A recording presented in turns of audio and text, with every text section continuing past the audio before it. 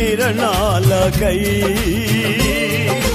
నా దిక్కు దశలల్ని నీవేలని అనతి కాలాన ప్రథమ ఫలముగా పక్వపరచిన నీకు నీ నీతి కిరణాలకై నా దిక్కు దశలల్ని నీవేలని అనతి కాలాన ప్రథమ ఫలముగా పక్వపరచిన నీకు అసాధ్యమైనది ఏమున్నది అసాధ్యమైనది ఏమున్నది అసాధ్యమైనది ఏమున్నది అసాధ్యమైనది ఏమున్నది యూదా స్తుతి గోత్రపు సింహమా యేసయ్యా నా ఆత్మీయ ప్రగతి నీ స్వాధీనమా యూదా స్తుతి గోత్రపు సింహమా యేసయ్యా నా ఆత్మీయ ప్రగతి నీ స్వాధీనమా నీవే కదా నా ఆరాధన ఆరాధన స్తుతి ఆరాధన ఆరాధన స్తుతి ఆరాధన నీవే కదా నా ఆరాధన ఆరాధన స్తుతి ఆరాధన ఆరాధన స్తుతి ఆరాధన ఈ ఆరాధనకి ఇక్కడ వచ్చిన మీకందరికీ కూడా హృదయపూర్వకమైన వందనాలు తెలియజేస్తున్నాం. అందరికీ వందనాలు. దైవ సేవకులకు హృదయపూర్వకమైన వందనాలు.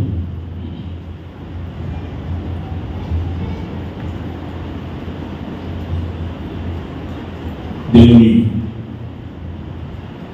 పరిశుద్ధ గ్రంథంలో నుండి యోహాను సువార్త 15వ అధ్యాయం మొదటి వాక్యాన్ని మనం చదువుకుందాం. నేను నిజమైన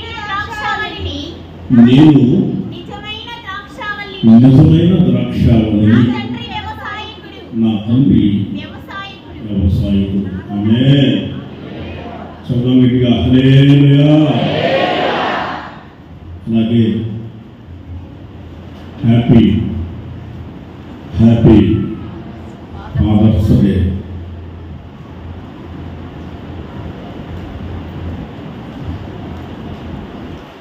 దేవుని పరిశుద్ధ గ్రంథంలో మనం చదువుకున్న వాక్యాన్ని గమనించినప్పుడు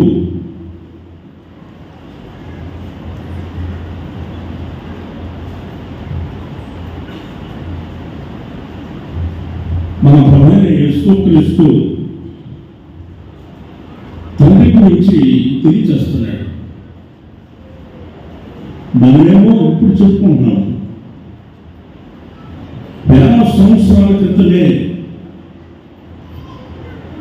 యేసయ్య ఈ భూమి మీదకి వచ్చినప్పుడు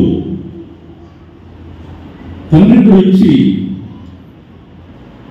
అప్పుడే చెప్పాడు.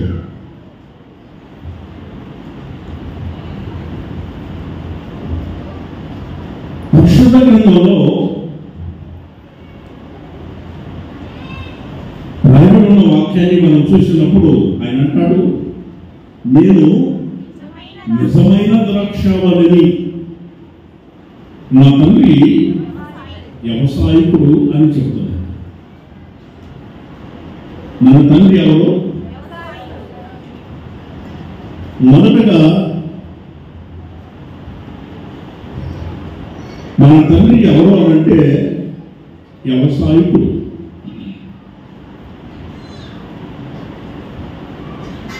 గమనించాలి, నాన్న అంటే తండ్రి అంటే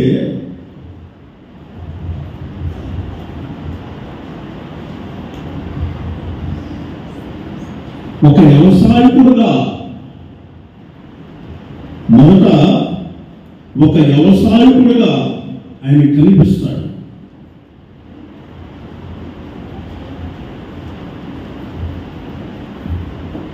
పరిశుద్ధ గ్రంథంలో ఆ విషయాన్ని మనం చూసినప్పుడు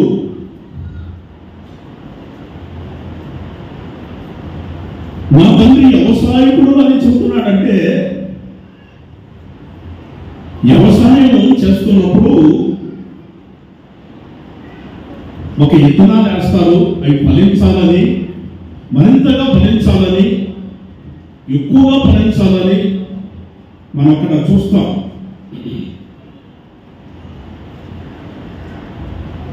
ఈ 15వ అధ్యాయంలో 2వ వాక్యంలో రాయబడి ఉన్న వాక్యాన్ని చూస్తే అక్కడ రాయబడి ఉన్న విషయాన్ని క్లుప్తంగా ఎక్కువగా ఫలించాలి అని అక్కడ ఏమనుంది?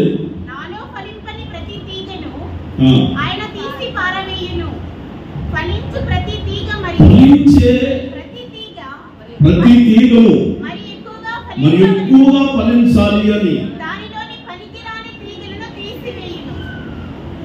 పనికిరాని తీగలన్నీ తీసేస్తాడు. పనికిరాని తీగలన్నీ కూడా తీసివేస్తున్నాడు. ఫలించే ప్రతి తీగను కూడా ఫలించే వాటిని మరి ఎక్కువగా ఫలించాలని వ్యవసాయకుడు ఎంతగా ఆయన చేస్తాడంటే అంతగా ఆయన ఫలించేటట్లుగా చేస్తుంటాడు.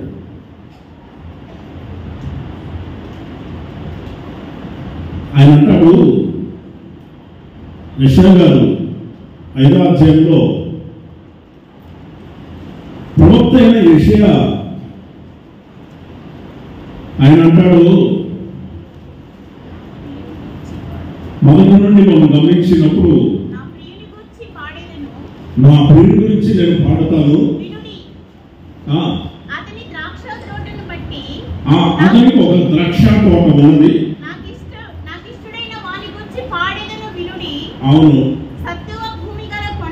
సత్తువ కలిగిన భూమి ఉన్నది కదా, కొండ మీద నా ప్రియుడైన యేసయ్యకు ఒక ద్రాక్ష తోట ఉన్నది.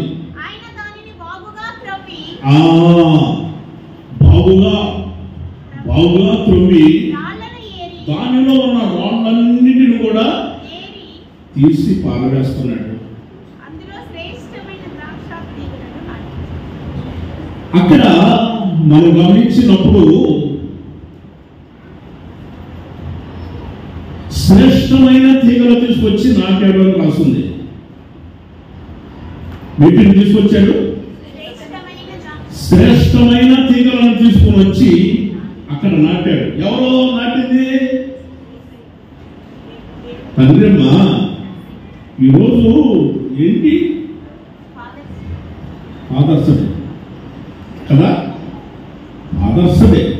ఈరోజు తండ్రి గురించేనమ్మా, మొత్తం తండ్రి గురించే.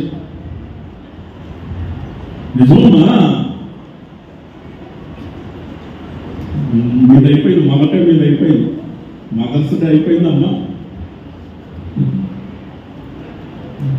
మీద అయిపోయింది, మొదటే వచ్చింది మీది. ఇప్పుడు ఏంటంటే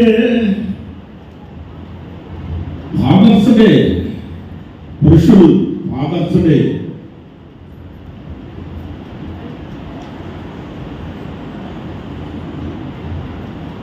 ఒక తండ్రి బాధ్యతకు ప్రతిరూపం, భద్రతకు భరోసా. నానంటే శ్రమించే సైనికుడు.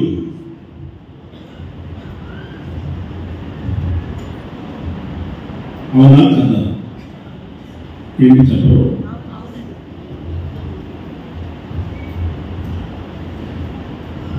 తాను కష్టపడతాడు, కష్టపడేది దేనికనంటే నా పిల్లల కోసం అని అంటాడు. మరి కొంతమంది ఉంటారండి, అస్సలు వాళ్ళు తెలియదు, వాళ్ళు ఖర్చు పెట్టుకోరు, కానీ పిల్లలకు మాత్రం మంచి మంచి బట్టలు, వాళ్ళకి మంచి మంచి చెప్పులు, వాళ్ళకి షూ, వాళ్ళకి మాత్రం అన్నీ ఉంటారు. ఇవి చిరిగిపోయిన బట్టలు వేసుకొని తిరుగుతుంటారు.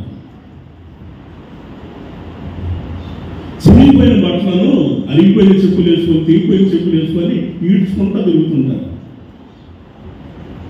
కొంతమంది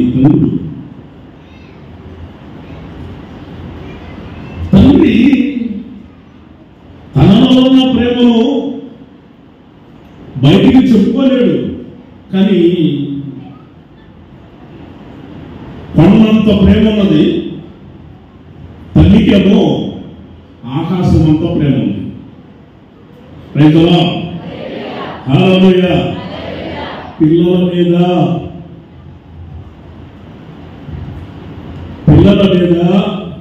తల్లికేమో ఆకాశం అంత ప్రేమ, తండ్రికేమో కొండంత ప్రేమ.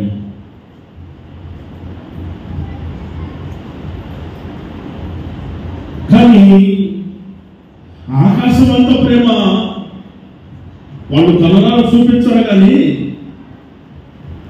జీవితకాలం అంతా వారిని పోషిస్తూ, వారిని ధైర్యపరుస్తూ నడిపిస్తుంటారు. పిల్లల కోసం కష్టపడి వాళ్ళ కోసం డబ్బులు రూపాయి కూడబెడతారు. ఎందుకంటే రాబోయే రోజుల్లో వాళ్ళు అంచెలంచెలుగా చదువుకొని వాళ్ళు ఉద్యోగస్తులు అవ్వాలని వాళ్ళ కోసం కష్టపడుతున్నారు. అలాంటి తల్లిదండ్రులు ఉండాలి.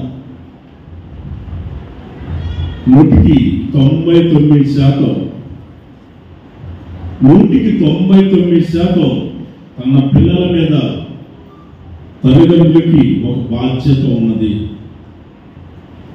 పెంచుతున్నారు. అలాగనే పిల్లలు కూడా తండ్రిని అర్థం చేసుకోవాలి, తల్లిని అర్థం చేసుకోవాలి. అంతేకాని ప్రేమలో దోమలు అనుకుంటా వెళ్ళిపోవద్దు. యవనస్తుల పిల్లలు గుర్తుపెట్టుకోండి. అటు స్త్రీలైనా ఇటు పురుషులైనా పిల్లలు గుర్తుపెట్టుకోండి. సెల్ ఫోన్లు వచ్చిన తర్వాత ప్రేమలో దోమలు ఎక్కువైపోయింది. ప్రేమలో ఎక్కువైపోయినాయండి. అప్పట్లోనేమో టీవీలో చూసి అంతవరకు ముగించుకునేవాడు.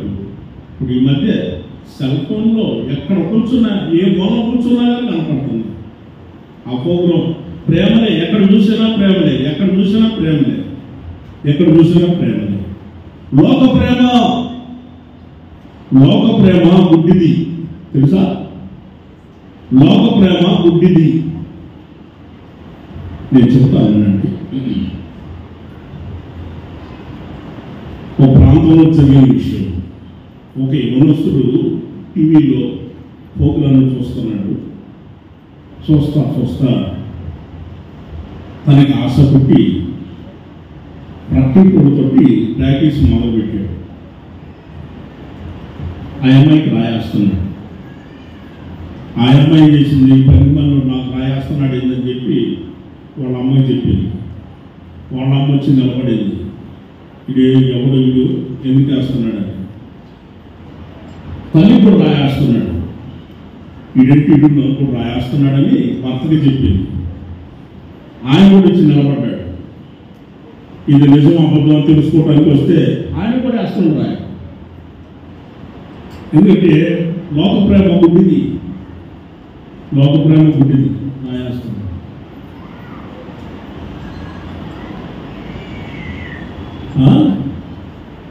అయితే ఆ పెద్ద ఆయన ఏం చేశాడు, తండ్రి పెద్ద మనుషులు పిలిచాడు. ఊరిలో పెద్ద మనుషులు చెప్పాడు. పెద్ద మనుషులు రానే వచ్చి నిలబడ్డాడు. వాడు కూడా రాయేస్తున్నాడు. ఎందుకంటే ఎవరు చూసి నా అమ్మాయిలాగే కనపడుతున్నాడు. లోక ప్రేమ అందుకని రాయేస్తున్నాడు. రాయేస్తున్నసరికి వెంటనే రానే వచ్చారు పెద్ద మనుషులు. వచ్చారు, శుభ్రంగా ఉతికి ఆరేశారు. శుభ్రంగా ఉతికారమ్మా, ఉతకకుండా ఉండరు, ఉతికారు ఆరేశారు. ఏంటి విషయం అంటే నలిగిపోయి మొత్తం ఇరిగిపోయింది, అక్కడక్కడ ఇరిగిపోయింది. ఏంటి విషయం అని అంటే అది లోక ప్రేమ. అందుకని జాగ్రత్తగా ఉండాలి. యవనస్తుల పిల్లలు మరింతగా జాగ్రత్తగా ఉండాలి. మోసపోవద్దు. దేవుడు ముందుగానే ఆయన తెలియజేస్తున్నాడు, మోసపోవద్దు. ఒక చోట జరిగిన విషయాన్ని చెప్తాను. పిల్లడు పరిచయం చేస్తున్నాడు మందిరంలో, మన మందిరంలో. ఎవరో ఒక అమ్మాయి వాట్సాప్లో ఫేస్బుక్లో పరిచయం అయింది. ఆ అమ్మాయి ఆ ఫోటో పంపించి వీళ్ళకి ప్రేమలు ఎక్కువైపోయి వెంటనే పెళ్లి చేసుకుందాం అని చెప్పి ఆ అమ్మాయి హిందూ మారలేదు. దేవాలయానికి రా, అక్కడ చేసుకుందామంటే అప్పుడు ఒప్పుకున్నాడు. చక్కగా ఉంది, ఎర్రగా ఉంది, బొర్రగా ఉంది.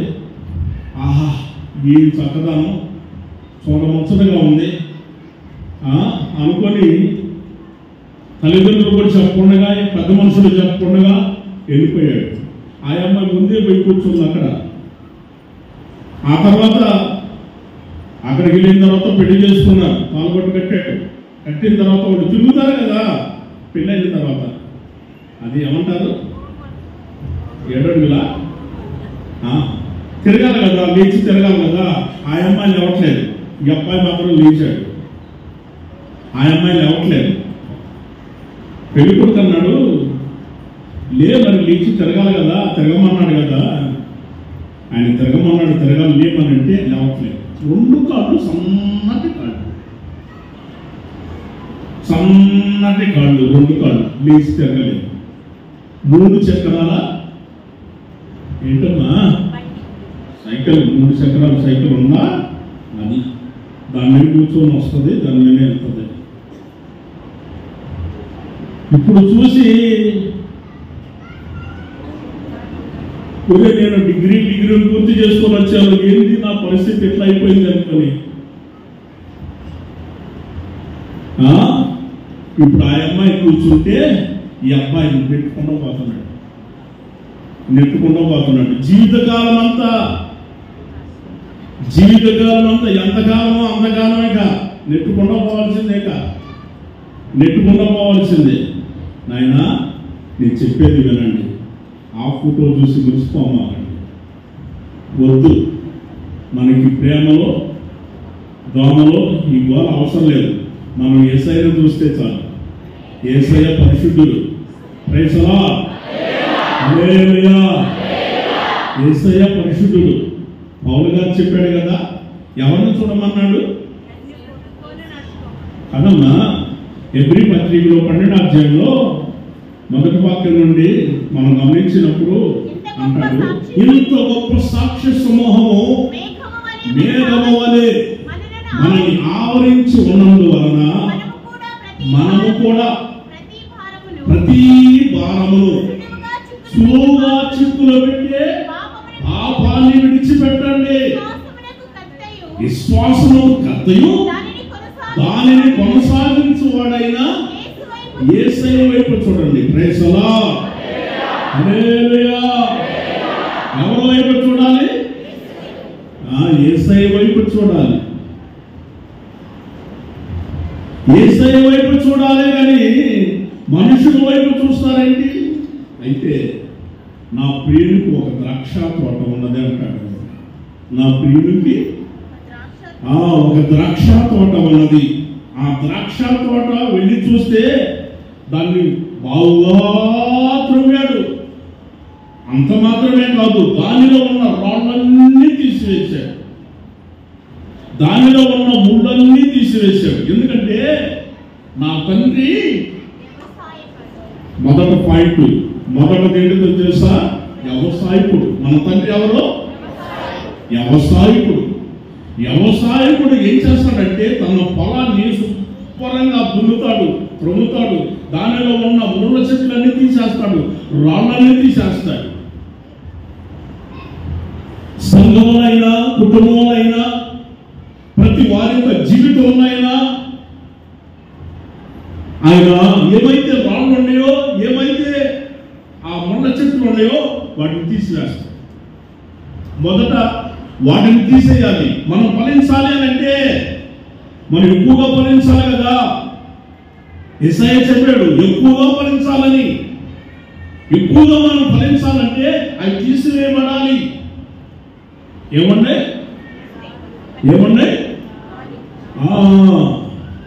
అక్కడే అవన్నీ కూడా 7వ వాక్యంలో కూడా 5వ అధ్యాయం 7వ వాక్యంలో కూడా యెషయా గ్రంథంలో ఆయన అంటాడు, ఏమంటాడంటే ఇశ్రాయేలు వంశము సైన్యములకు అధిపతియగు యెహోవా ద్రాక్ష తోట. ఈ ద్రాక్ష తోట సంఘం మనం. సంఘం మనము యెహోవా ద్రాక్ష తోట. మన శరీర సంబంధమైన ఇశ్రాయేలీయులు, మనమేమో ఆత్మ సంబంధమైన ఇశ్రాయేలీయులు. అయితే మనం యెహోవా ద్రాక్ష తోట. అక్కడ అన్ని కూడా రాయబడి ఉన్నాయి. చుట్టూ కంచె వేయటం కూడా మనకు కనపడతాయి.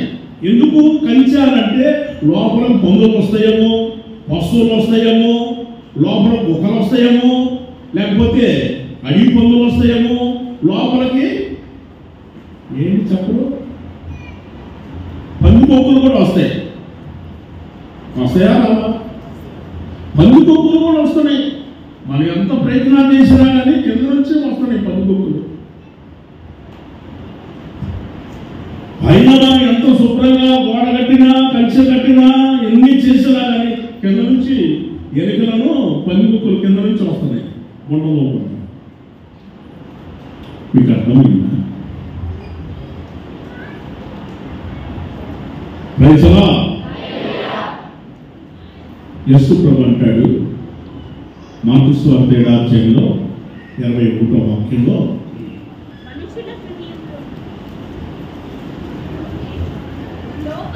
లోపల నుండి అనగా మనుషుల యొక్క హృదయంలో నుండి జారత్వమును, దొంగతనము, నరహత్యలు, వ్యభిచారములు, లోపములు, చెడుతనము, కృత్రిమము, కామవికారం, దేవదర్శన, అహంభావం, అవివేకము, ఇవన్నీ కూడా లోపల నుండే ఉన్నాయి. లోపల నుంచే వస్తున్నాయి. లోపల ఇవన్నీ లోపలే జరుగుతున్నాయి. లోపల ఉన్నాయి. మనుషుల హృదయంలో ఉన్నాయి. ఇవన్నీ కూడా మనుషుల యొక్క హృదయంలోనే ఉన్నాయి. దురాలోచనలైన, కామేకరమైన, మత్సరమైన, దేవదోషమైన, అహంభావమైన, వ్యభిచారమైన, అవివేకమైన సమస్తం అన్నీ కూడా లోపలే ఉన్నాయి. మన తండ్రి ఉన్నాడే వ్యవసాయకుడు, ఆయన ఉన్నాడే, ఆయన ఏం చేస్తున్నాడో తెలుసా? ఆయన వచ్చి లోపల ఉన్న వాటిని అన్నింటిని కూడా బావుగా త్రొమ్మి, అదే కదా, బావుగా త్రొమ్మి రాళ్ళన్నీ కూడా తీసివేసి, రాతి గుండెని తీసివేసి మాంసం గుండెని ఇస్తాను. లోపల ఉన్న ఆ ముళ్ళు, లోపల ఉన్న ఈ దురాలోచనలు, అబద్ధాలు, లోపల ఉన్న దొంగతన బుద్ధి, నిజం దొంగతనం అనే బుద్ధి,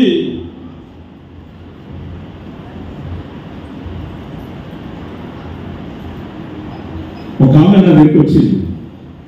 అన్న నాకు రాత్రి అంతా ఒకటే దర్శనం అన్నాను.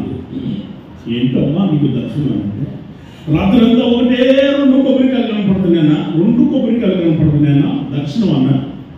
దాని అర్థం ఏంటో చెప్పనా, దాని మర్మం ఏంటో చెప్పనా అన్నాను. నేనేం బైబిల్ జరిగేస్తున్నాను ప్రభా. రాత్రి అంతా 2 కొబ్బరికాయలు చూపించావంట. ఈ 2 కొబ్బరికాయలు ఎక్కడ ఉన్నాయి బైబిల్లో? ఎక్కడ ఉన్నాయమ్మా? ఉన్నాయా? 2 కొబ్బరికాయలు ఎక్కడ ఉన్నాయి ప్రభా? ఎట్లా చూపించేవయ్యా తండ్రి నాయన. దీని అర్థం ఏంటో చెప్పాలా? చెప్పకపోతే వచ్చి కూర్చోండి. ఏం చేయాలి ప్రభావ తండ్రి లోపల ప్రార్థన చేసుకుంటా బైబిల్ తిరిగేస్తా ఉన్నా. దేవుడు అన్నాడు, ఆ 2 కొబ్బరికాయలు ఎక్కడాడు అమ్మా? ఆ 2 కొబ్బరికాయలు ఎక్కడే అమ్మా? కాదన్నా, మీరు ఇంతనా అడిగారు, దాని అర్థం చెప్పమన్నా, దాని మర్మం చెప్పమన్నా. ఆ విధంగా అడిగారు ఏంటన్నా? కాదమ్మా, దేవుడు అడగమంటున్నాడమ్మా. ఆ 2 కొబ్బరికాయలు ఎక్కడే? పక్కన ఉన్న పొలం వాళ్ళు ఆ 2 కొబ్బరికాయలు పక్కన ఉన్న పొలంలో వాళ్ళ చెట్టు రాలితే కింద పడితే అవి దొంగతనాన్ని తెచ్చుకోండి. అడిగి తెచ్చుకోవచ్చుగా, ఆశ ఉంటే. ఎవరు చూడట్లేదని పొలంలో ఎవరు చూడట్లేదని వెంకడు చూసి వెంటనే తీసుకుని వచ్చి మూలలో పెట్టుకున్నాడు. తెల్లవారిన తర్వాత శుభ్రంగా కొబ్బరి పచ్చడి మంచిగా పచ్చడి చేసుకొని బాగా తినవచ్చు అని పెట్టుకుంది. రాత్రి అంతా 2 కొబ్బరికాయలే చూపిస్తున్నాడు దేవుడు దర్శనం. 2 కొబ్బరికాయలు 2 కొబ్బరికాయలు 2 కొబ్బరికాయలు. దేవుడేమో ఇశ్రాయేలు జనానికి చెప్పాడు, దొంగతనము చేయకూడదు. 10 ఆజ్ఞలు చెప్పండి అమ్మా, పొరుగు అనేది ఆశించకూడదు. మరి దేవుడు చెప్పాడా? పొరుగు అనేది ఏది కూడా ఆశించకూడదు అని చెప్పాడు, దొంగతనం చేయకూడదు అన్నాడు. పొరుగు అనేది ఆశించకూడదు అని అంటే తెచ్చుకొని 2 కొబ్బరికాయలు ఇంట్లో పెట్టుకొని మన దాని అర్థం చెప్పమంటాను.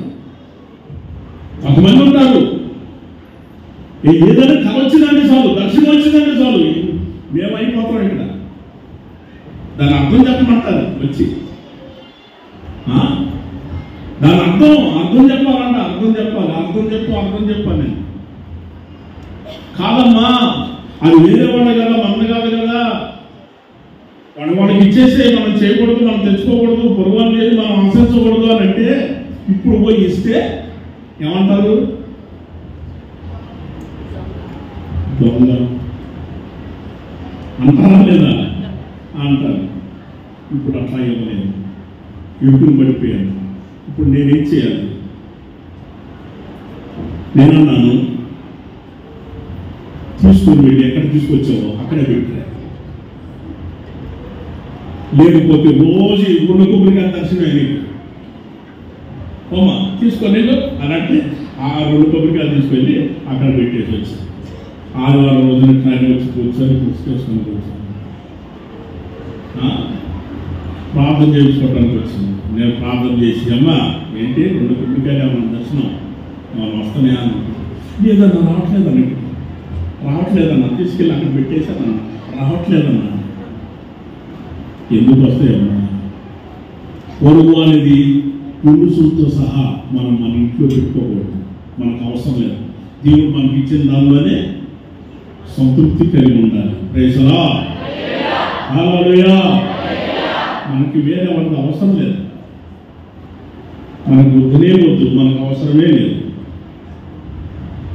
ఓకేనా? ఒకటి, తండ్రి వ్యవసాయకుడు అయినప్పుడు మనం ఎక్కువగా ఫలించాలని తండ్రి యొక్క ఆలోచన. అయితే మనలో ఉన్న ఈ దురాలోచనలు ఏదైతే ఉన్నాయో సమస్తం అన్నింటినీ కూడా తీసివేస్తాడు, ఏది ఉంచడు. అన్నిటిని కూడా శుభ్రంగా ఒక్కొక్కటి మనలో ఉన్నవన్నీ కూడా ఆయన తీసి బయట పారవేస్తాడు. దేవునికి స్తోత్రం, హల్లెలూయా.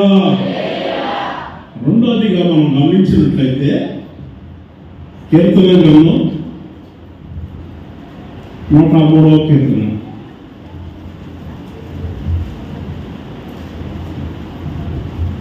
13వ వాక్యం.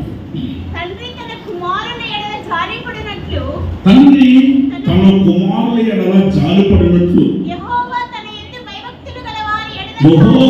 యందు భయభక్తులు గలవారి ఎడల జాలిపడును.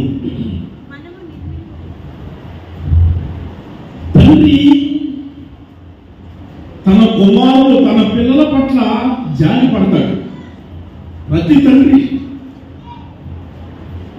తన పిల్లలంటే మహాజాలి. కొంతమంది పిల్లలు అనుకుంటారు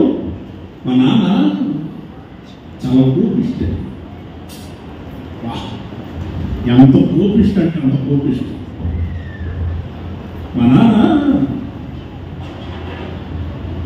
ఆయన పాపం అంత ఆయుధం కాదనంట. ఎందుకు? మన మంచి కోసమే, మన మంచి కోసమే.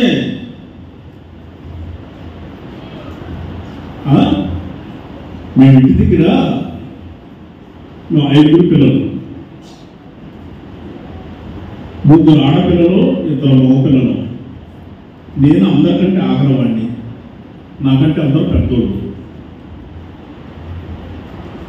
50 చెట్లు ఉన్నాయి మా ఇంటి దగ్గర. 50 చెట్లు, ఇంకొకటి అటు ఒకటి 50 చెట్లు ఉన్నాయి. ఆ 50 చెట్లు ఎక్కేవాడు. 50 చెట్లు మా అమ్మ నేను ఇద్దరం కలిసి 50 చెట్లు ఎక్కేవాడు. 50 చెట్లు ఎక్కితే మా నాన్న ఎక్కొద్దనేవాడు. ఎక్కొద్దు నాన్న, మీరు ఎక్కారంటే కింద పడతారు, కాళ్ళు చేతులు ఎగితే ఇబ్బంది అవుతుంది, వద్దు అని చెప్పాడు. మా నాన్న చెప్పాడు. అయినా కానీ ఆయన పనికి వెళ్ళిపోయిన తర్వాత మేము చెట్లు ఎక్కేవాళ్ళం.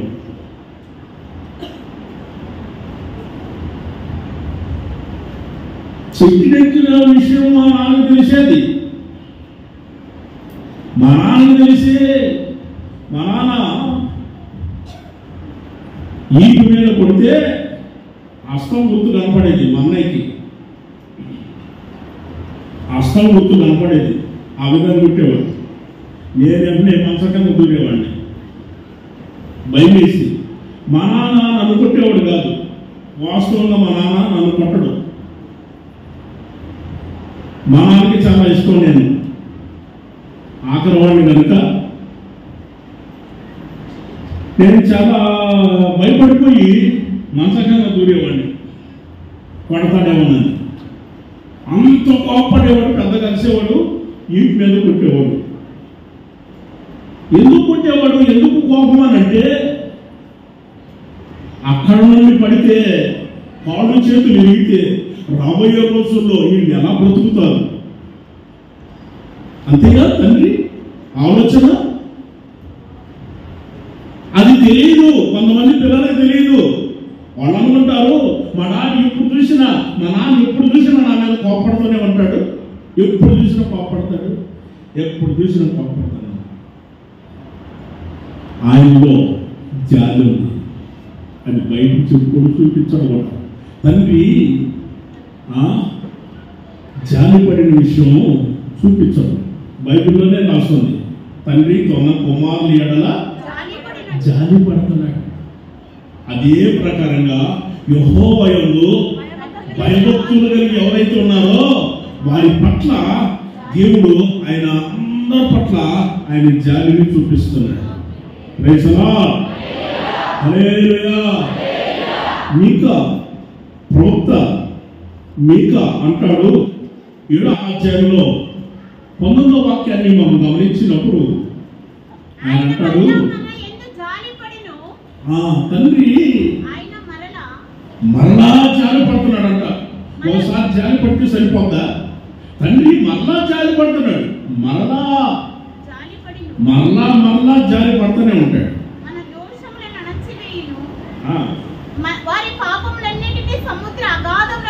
మన పాపాలన్నింటినీ కూడా తండ్రి ఏం చేస్తాడంటే మన పాపాలన్నింటినీ కూడా తీసుకొని వెళ్ళి సముద్రం అగాధంలో పడవేశాడు.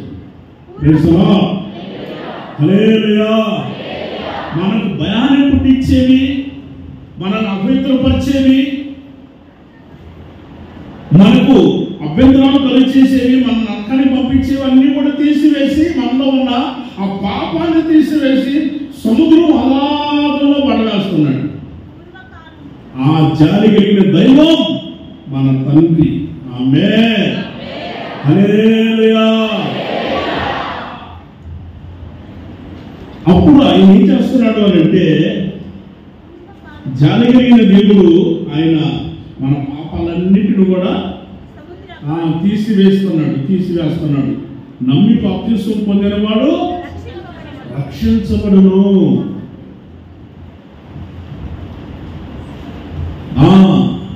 అయితే మరొక విషయాన్ని యోహాను ఆయన మొదటి పత్రికలో చెబుతాడు.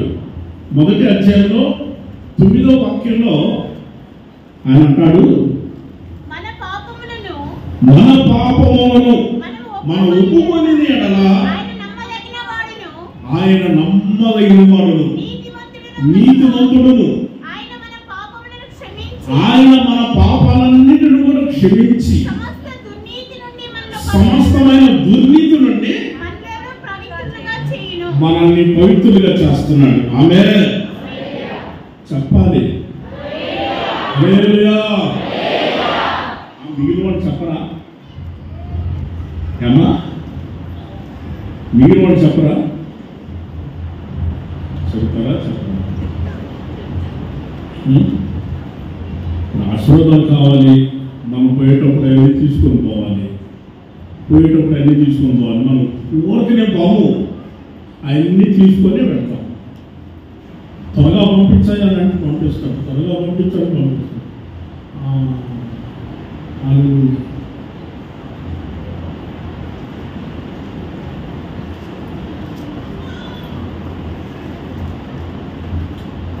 అక్కడ ఆపిల్ పండు, ద్రాక్ష పండు, అక్కడమ్మా ఇక్కడ అరటిపండు ఉండే, అరటిపండు ఉండేలా, ద్రాక్ష పండు ఉండే, ఆపిల్ పండు ఇక్కడ పెట్టుకున్నాం ఉన్నాయి. అప్పుడు వచ్చి ఎత్తుకొనగా దిగు రా, దిగు రా, హల్లెలూయా, హల్లెలూయా, హల్లెలూయా. వస్తాయా? ఎందుకని ఏంటో చెప్పట్లేదు. చెయ్యి తీసుకుంటే వస్తాయి. నోటికి తీపిగాను, కడుపులోనూ కడుపు నిండుతుంది కదా. అట్లాగే మనం ఎప్పుడైతే చేయెత్తి మనం అందుకుంటున్నామో దేవుడు మనకి ఇస్తా ఉంటాడు, తీసుకుంటా ఉన్నాడు, ఇస్తా ఉంటాడు, తీసుకుంటా ఉన్నాడు. ఇప్పుడు చెప్పమ్మా, నీ గంప ఏందమ్మా చెప్పరు? దీనిలో ఎప్పుడు చదవలేదు మీరు?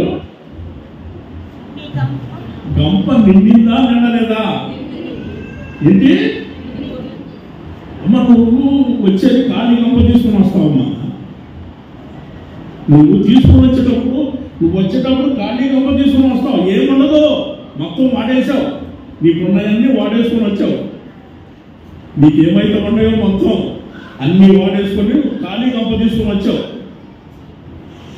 ఖాళీ గంప తీసుకుని వచ్చేసి పెట్టుకున్నావు. ఇక్కడ నువ్వు చేయత్తడం, అందుకోవడం, గంపలు వేసుకుంటావు. చేయత్తడం, అందటం, తీసుకోవడం, మళ్ళీ గంపలు వేసుకోవడం, మళ్ళా చేతులు తీసుకోవడం, గంపలు వేసుకోవడం, చేతులు తీసుకోవడం, గంపలు వేసుకోవడం. పోయేటప్పుడు గంప నిండి ఏంటి? గంప నిండదమ్మా. నువ్వు చేయకపోతే గంప నిండదు.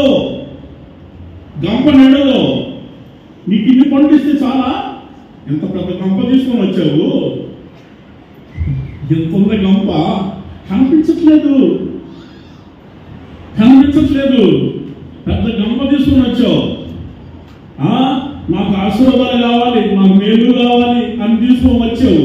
వచ్చిన తర్వాత నీ గంప నిండాలంటే చేతితే గంప నిండుతుంది. చేయకుండా దిగు రా, దిగు రా అంటే రావు. ఎప్పటికి రావు. అవి మన చేతి తీసుకోవాలి. Praise lord. హల్లెలూయా. నీ గంప నిండాలి. గంప నిండి బయటికి పోతా ఉండాలి, పొర్లిపోతూ ఉండాలి. మంచిది. చాలా మంచోళ్ళు మీరు, చాలా మంచి విషయాలు తెలుసుకున్నారు. ఇప్పుడు చెప్పండి. ఒకటి, తండ్రి అవసాయకుడు. 2, తండ్రి జాలి పడతాడు. తండ్రి జాలి పడుతున్నాడంటే దేనికోసం జాలి పడ్డాడు అంటే మనలో ఉన్న పాపాన్ని చూసి జాలి పడ్డాడు. దేన్ని చూసి? పాపాన్ని చూసి జాలి పడ్డాడు. ఆ పాపాన్ని తీసి ఆయన ఏం చేస్తున్నాడు? సముద్రం అగాధంలో పడవేస్తున్నాడు. ఆమేన్. హల్లెలూయా. మనల్ని క్షమిస్తున్నాడు. తండ్రి మనల్ని క్షమిస్తున్నాడు.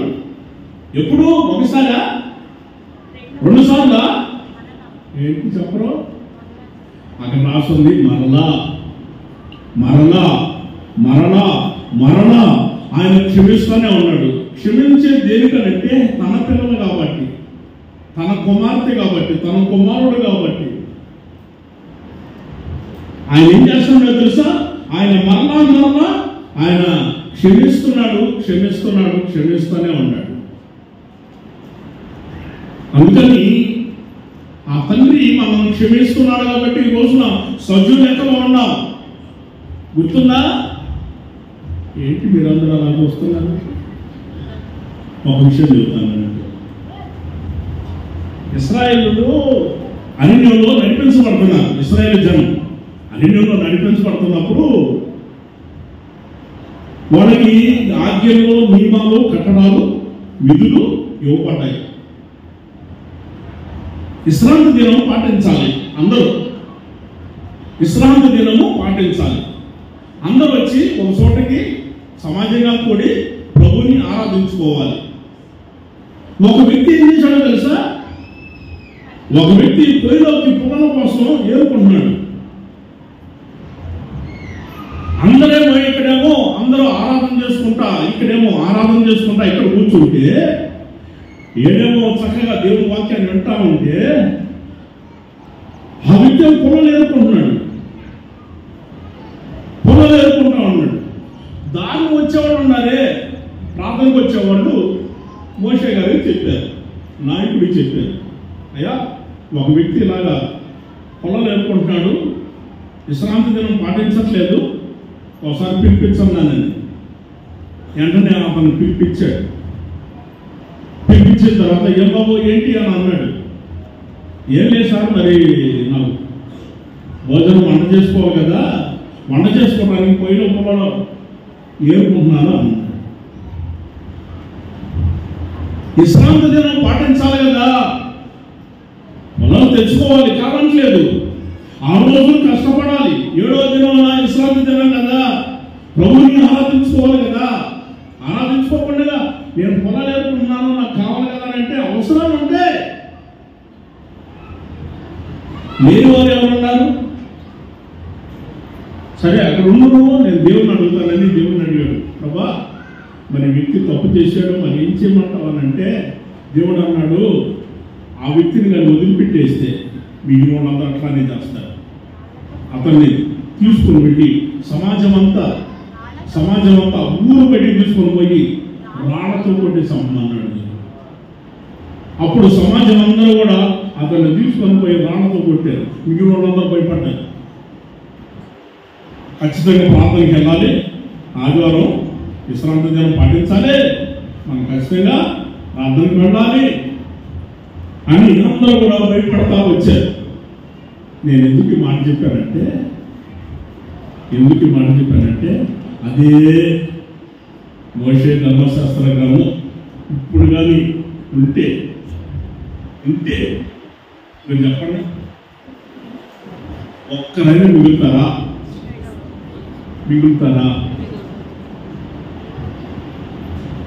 మామూలు వస్తున్నాం, ఆదివారం వస్తున్నాం, కొన్ని ఆదివారాలు రాలేదు కదా, శుభకార్యాలు వచ్చినప్పుడు, మరి కొంతమంది బంధువులు చనిపోయినప్పుడు వెళ్ళారు కదా, అప్పుడు రాలేదు కదా. మరి అప్పుడు పరిస్థితి ఏంటి? రానప్పుడు ఏం చేయాలి? ఇప్పుడు చెప్పండి. దేవుడు మనల్ని క్షమించాడు. దేవుడు ఏం చేశాడు? ఆయన క్షమించాడు. మరలా క్షమిస్తూనే ఉన్నాడు. ఆయన మనం క్షమించాడు కాబట్టి ఈ రోజున మనం ఈ విధంగా ఆయన సన్నిధిలో ఉన్నాం. Praise the lord. హల్లెలూయా. 3వ విషయాన్ని చూద్దాం. బైబిల్ గ్రంథంలో యోహాను సువార్త 15వ అధ్యాయం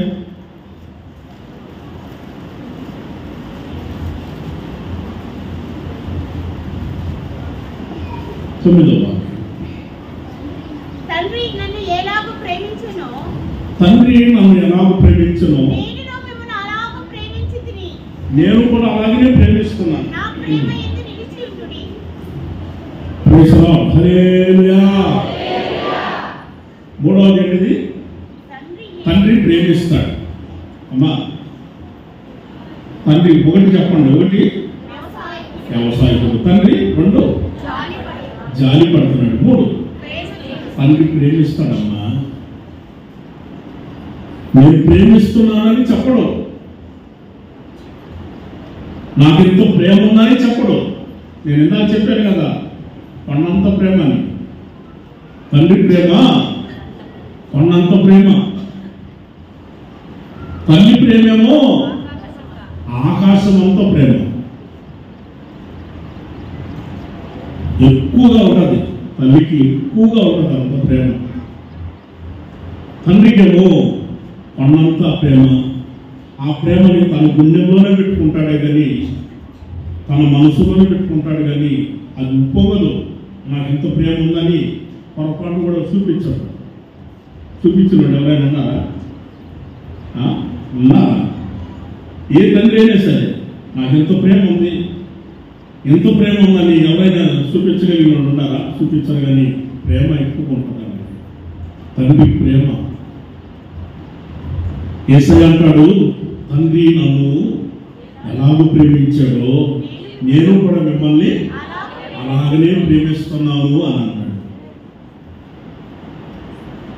అయితే ఈనాటి కాలంలో అపొస్తలుడైన పౌలు గారు రోమా సంఘానికి పత్రిక రాస్తూ 5వ అధ్యాయంలో 5వ వాక్యంలో ఆయన తెలియజేస్తాడు.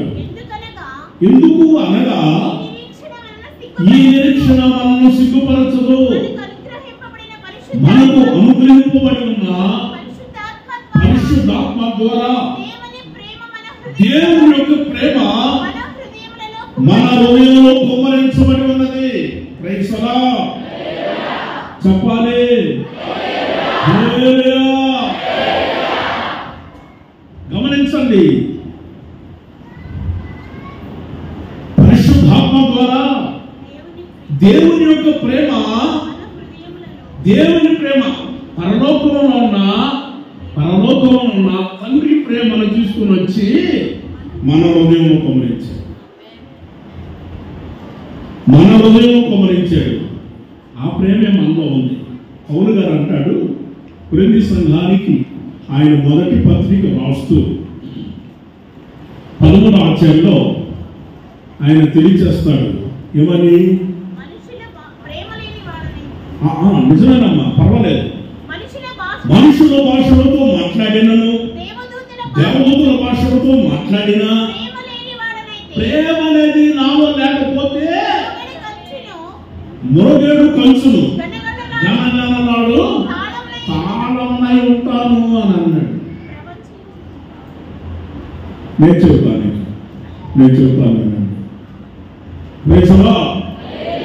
చెప్పాలి. హల్లెలూయా. దేవదూతల భాషలతో నేను మాట్లాడినా, మనుషుల భాషలు చాలా ఉన్నాయి, రకరకాలమైన భాషలు ఉన్నాయి. మనుషుల భాషలతో నేను మాట్లాడినా నాలో దాని క్రీస్తు ప్రేమ లేకపోతే, దేవుని ప్రేమ నాలో లేకపోతే లోగేడు కంచు అనగాడు తాళమునై ఉంటాము అని అన్నాడు. వ్యర్థుడును అని చెప్పాడు. ప్రేమ లేకపోతే వ్యర్థుడు. అది దేవుని ప్రేమ, లోక ప్రేమ కాదు. దేవుని ప్రేమ. కాల్చబడటకు అంటాడు పౌలు గారు అక్కడే, కాల్చబడటకు నా శరీరం అప్పగించిన, వ్యాధుల పోషణ కోసం నా ఆస్తితో కూడా అప్పగించిన,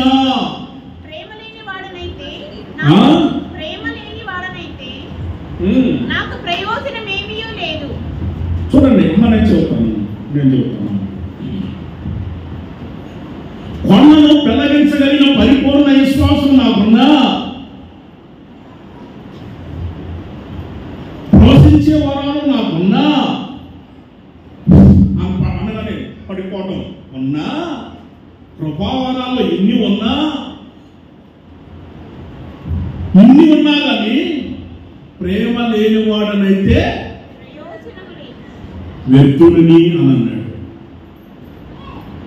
దేవుని ప్రేమ మత్సరపడదు, అదరిపడదు. దేవుని ప్రేమ శాశ్వత కాలం ఉంటుంది. ఆమేన్. హల్లెలూయా. లోక ప్రేమ కొద్ది కాలమేనమ్మా. మా గుర్తు పెట్టుకోండి. లోక ప్రేమ కొద్ది కాలమేనమ్మా. కొద్ది రోజులే చూపిస్తారు ఆ ప్రేమని. నాకు ప్రేమ ఉంటుంది, గొప్ప వాళ్ళు కావాలని కోరుకునేదే తండ్రి. ఆమేన్. హల్లెలూయా. తండ్రి ఆలోచన గుర్తుపట్టండి. ఆ అమ్మాయి నా దగ్గరికి వచ్చి ఏడుస్తుంది, అన్న గ్యాస్ లేదు, గ్యాస్ సిలిండర్ లేదు. రాజభవనం అన్న అదే అటాకులు బాగా తీసుకొని వెళ్ళాడన్న. అక్కడ పోయి కట్టె పొలంలో పొయ్యిలో పెట్టుకొని ఊదుతా ఉంది. అది ఊదుతుంది. ఎంత చక్కగా ఉన్న అమ్మాయి, ఏసీ రూమ్లో ఉన్న అమ్మాయి ఈ రోజున ఎక్కడికి వెళ్ళింది? అదిగో కట్టెలు పోయి రూపమే మారిపోయింది. ఆ అమ్మాయి రూపమే మారిపోయింది. ఏంటమ్మానంటే, నేను చేసుకున్న కర్మ అన్న, నేను చేసుకున్న తప్పు, అది నా కర్మ అని అంటుంది. నేను ఎవరో ప్రేమించాను. నువ్వు పలుసార్లు చెప్పావు, యేసయ్యనే ప్రేమించు, తండ్రిని ప్రేమించు. తండ్రి ప్రేమ గుర్తుపట్టాలన్న. ఇహ సంబంధమైన తండ్రి ప్రేమ గుర్తుపట్ట, పర సంబంధమైన తండ్రి ప్రేమను నేను గుర్తుపట్టలేదు. ఎవరిలో లోక ప్రేమను గుర్తుపట్టాను. అందుకే నా పరిస్థితి ఇలా అయిపోయింది. ఒక పాట, గుణ పాట. అమ్మా గుర్తుపెట్టుకోండి, పెళ్ళైన గురించి అవ్వట్లేదమ్మా, మీకు దండం. పెళ్ళైనోడు కాదు, పెళ్లి కానోడు గురించి చెబుతున్నాను. ఆల్రెడీ పెళ్ళైనోడు చెప్పండి. ఇప్పుడు పెళ్ళైనోడు చెప్పండి అమ్మా. సముద్రంలో మునిగి ఆల్రెడీగా మునిగి తేలుతానే ఉన్నారు. మీరు తక్కువే కాదు. నేను ఇందాకనే చెప్పా, ఒక్క చూపు చాలని. మీ చూపు చాలమ్మా. మీరు మాట్లాడిన అవసరం లేదు. నోరు తెలిసి మాట్లాడిన అవసరం లేదు. చూస్తే చాలు. అందుకని గుర్తుపెట్టుకోండి, తండ్రి ప్రేమ, పరిశుద్ధాత్మ దేవుడు తండ్రి ప్రేమను తీసుకుని వచ్చేసి ఏం చేస్తున్నాడు? మన గుండెల్లో పెట్టేశాడు. Praise the lord. హల్లెలూయా. మన హృదయంలో పెట్టేశాడు. తండ్రి ప్రేమను తీసుకొచ్చి ఇక్కడ పెట్టాడు. అందుకని ప్రతి ఒక్కరు కూడా పరిశుద్ధాత్మను పొందాలి. ఇది పరిశుద్ధాత్మ కలిగిన సంఘం, ఇది మహిమ కలిగిన సంఘం, ఎత్తబడే సంఘం. ఆమేన్.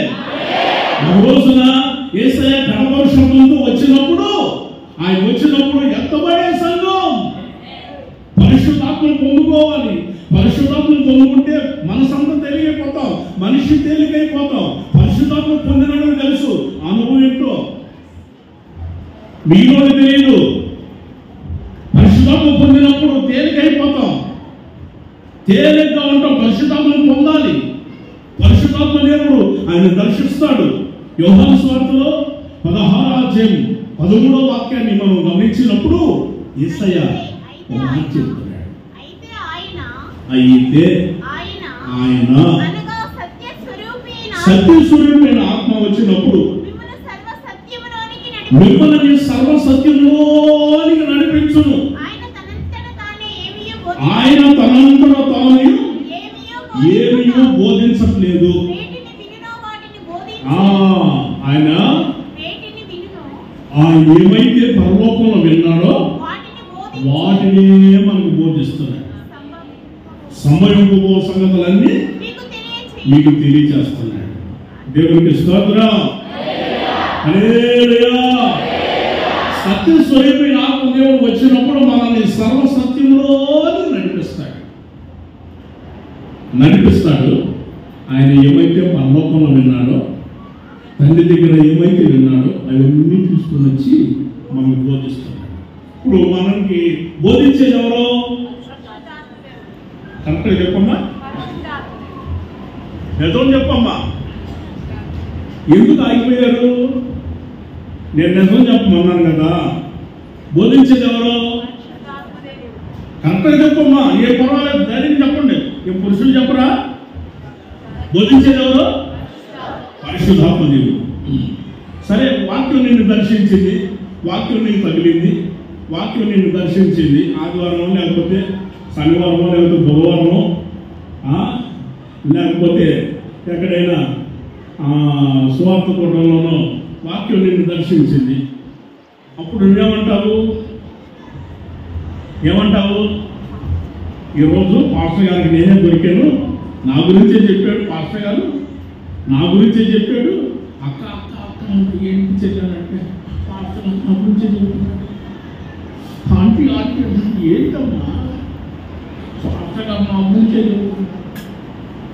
అమ్మ, ఇంత జనం ఉండాలి, నీ గురించి చెబుతున్నాడా? అందరికి కదా, అందరికి కదా. ప్రైసలా అందరికి వస్తున్న వాక్యం.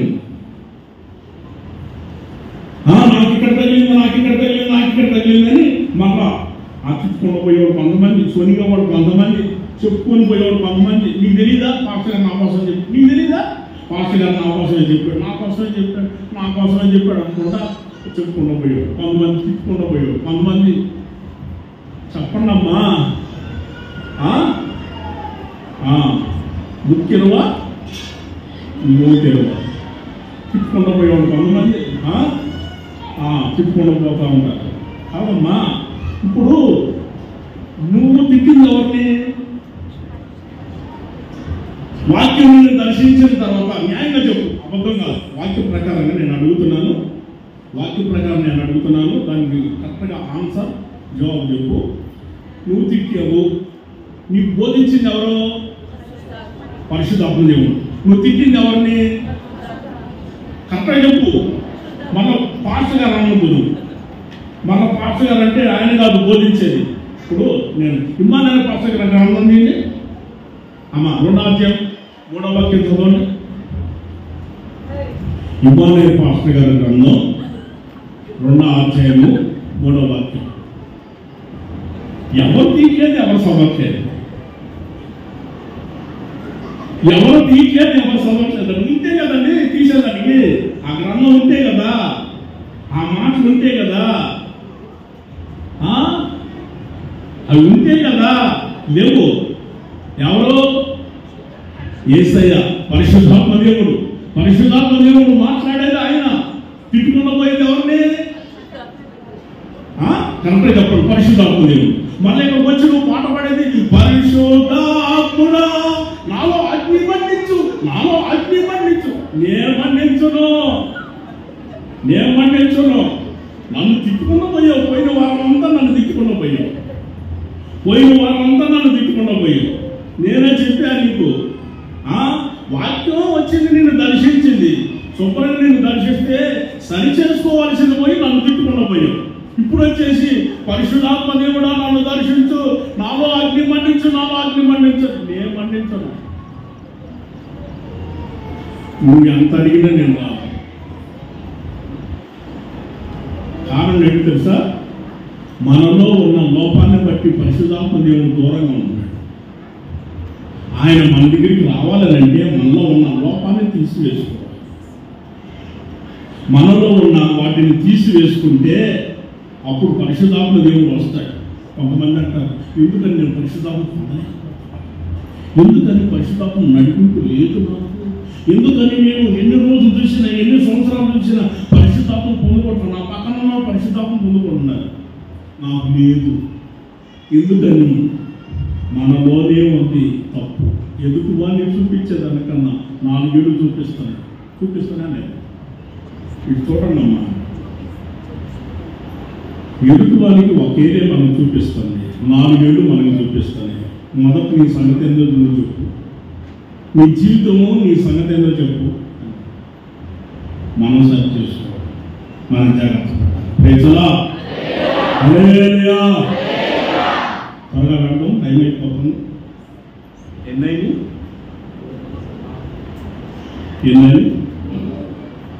ఓకే 4 3 కదా 4 లూకా సువార్త 15వ అధ్యాయం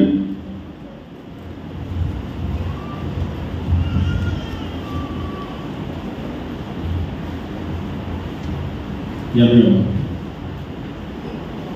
అప్పుడు ఆ కుమారుడు అతనితో, తండ్రి, నేను పరలోకమునకు విరోధముగాను నీ ఎదుటను పాపము చేసితిని. 20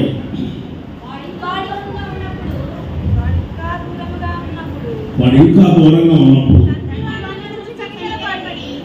తండ్రి వాళ్ళని చూసి కనికరపడెను. అమ్మా నేను చెబుతాను, మిగిలినంతా నేను చెబుతాను.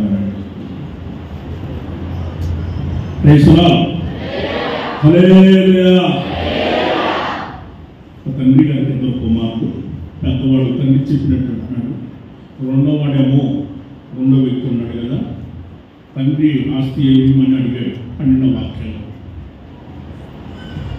వాక్యాన్ని మనం గమనించినప్పుడు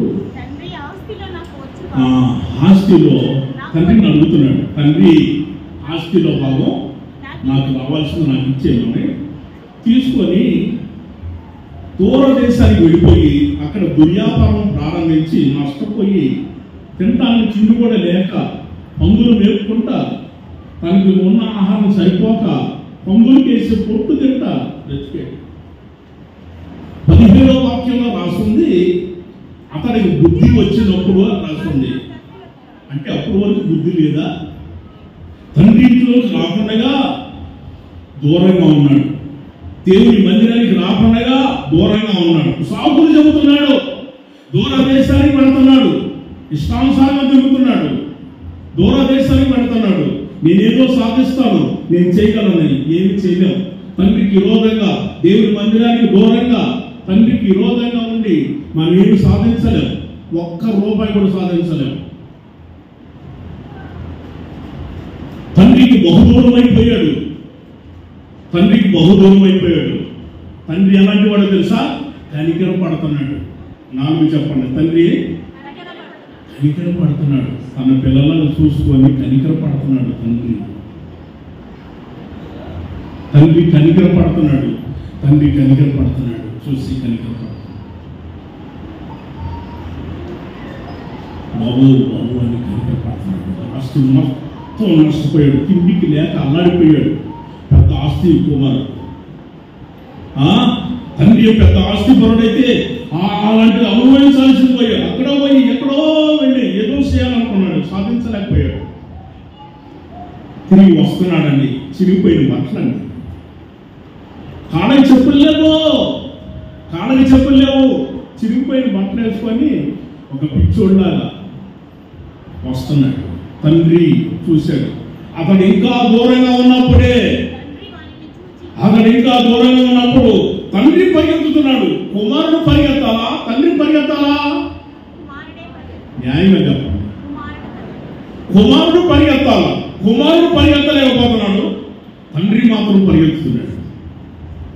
తండ్రి పరిగెత్తుకుండా వెళ్ళి మెడ మీద పడి కౌగిలించుకొని కనికరపడి కౌగిలించుకొని ఎక్కడికి వెళ్ళాను నానా అనిపించేదనుకోని యోగ్యుడు కాదు. నీ ఇంటిలో పనివాడిగా పెట్టుకో, ఇంత ఆహారం పెడితే చాలా అన్నాడు. లేదు నాయన, నువ్వెవరో తెలుసా? నా కుమారుడు, నేను కన్నాను, నా కుమారుడు. ప్రేసలా ఎవరైతే నమ్మి బాప్తిసం పొందారో, బాప్తిసం పొందిన ప్రతి ఒక్కరు ఆయన కుమారులు, ఆయన కుమార్తెలు,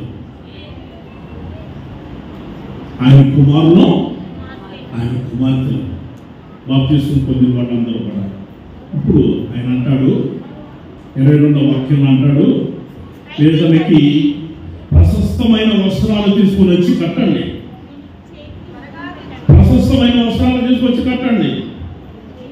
కాళ్ళకి చెప్పులు తొడగండి, బంగారపు ఉంగరం చేతికి కట్టండి, తీసుకురండి అని అంటే తీసుకొని వచ్చేసి ఆ బట్టలన్నీ తీసేసి, చిరిగిపోయిన బట్టలన్నీ తీసి తండ్రి దగ్గరికి వచ్చాడు. కాబట్టి ఎవరైతే దేవుని మందిరానికి వస్తారో, దేవుని మందిరానికి వచ్చినప్పుడు దేవుడు ప్రశస్తమైన వస్త్రాలు ఇస్తున్నాడు. ఆమేన్. హల్లెలూయా. తండ్రి దగ్గరికి వచ్చినప్పుడు సమాధానమనే జోడునిస్తున్నాడు. జోడు సమాధానమనే జోడనంటే చెప్పులు. రెఫరెన్స్ రాసుకోండి, చదవమాకంటే టైం లేదు. ఎఫెసీ పత్రికలో అపొస్తలుడైన పౌలు గారు 6వ అధ్యాయంలో ఆయన 18-19 వచనాల్లో ఆ విషయాన్ని తెలియజేశాడు. సమాధానం అనే జోడు కొనుక్కోవాలి. ప్రతి ఒక్కరికి చెప్పులు ఉండాలి. చెప్పులు లేని వాళ్ళు ఎవరండి? చెప్పులు లేని వాళ్ళు ఎవరో చెప్పండి. అందరూ నన్ను చూస్తున్నారు. అదేంటో కాదు.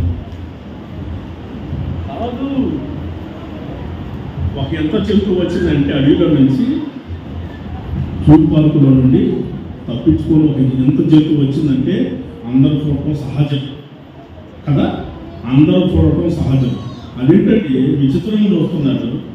నేను సమాజంలో పుట్టి పెరిగినోడే కదా, సమాజంలో పుట్టి పెరిగినోడే కదా. Praise the lord. హల్లెలూయా. చెప్పులు లేని వాళ్ళు ఎవరున్నారు? అందరికీ చెప్పులు ఉండే. ఇహ సంబంధమైన చెప్పులు కాదు, సమాధానం అనే జోడు.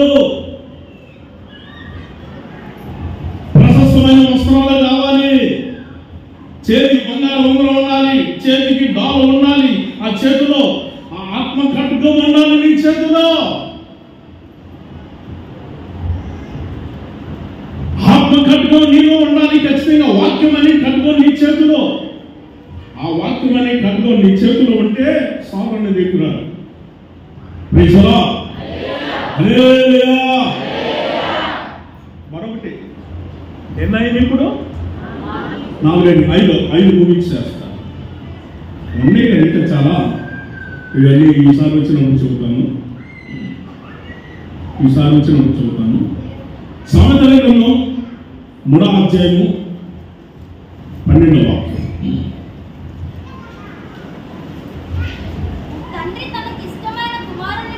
తండ్రి తనకిష్టమైన కుమారుని గద్దించు రీతిగా యెహోవా తను ప్రేమించు వారిని ఆయన గద్దిస్తాడు.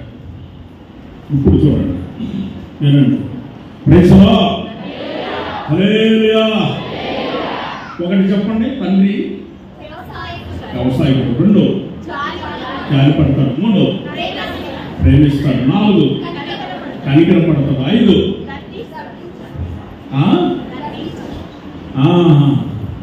తండ్రి ఏం చేస్తాడు? తనకిష్టమైన కుమారుని, తనకిష్టమైన కుమార్తెని, కుమారుణ్ణి గద్దిస్తాడు. తండ్రి గద్దిస్తాడు. ప్రేమనే కాదు, ప్రేమతోనే, ప్రేమ ఉండే గద్దిస్తాడు. ఇష్టపడ్డాడు. పిల్లలంటే ఇష్టం, పిల్లలంటే చాలా ఇష్టం. తండ్రికి ఎంత ప్రేమ అంటే, ఎంత ఇష్టం అంటే, ఆ ఇష్టం కొలత లేదండి. ఇంతని కొలత పెట్టలేదు. అంత ఇష్టం, పిల్లలంటే అంత ఇష్టం. కొంతమంది అశ్రద్ధ చేసి తల్లిదండ్రులు పిల్లలను వదిలిపెట్టి వెళ్ళిపోయారు అనుకోండి, వాళ్ళని దేనితో పోలుస్తారు? జంతువులతో పోలుస్తారమ్మా. మీరు ఎప్పుడు చూడలేదా? కొంతమంది నేను ఉండను, నేను వెళ్ళిపోతాను, నా ఇష్టము, పిల్లలు నేను పట్టించుకోను, భార్య పిల్లలను పట్టించుకోను, నా ఇష్టానుసారంగా నేను వెళ్ళిపోతాను, నా ఇష్టం వచ్చినట్టు వెళ్ళిపోతాను, నా ఇష్టం వచ్చినట్టు చేసుకుంటాను. దేశ జన్మల్లో వెళ్ళిపోతారు కొంతమంది. వాళ్ళని పశువులతో సమానంగా, ఎంత జంతువుతో సమానంగా పోలుస్తారు. వాళ్ళని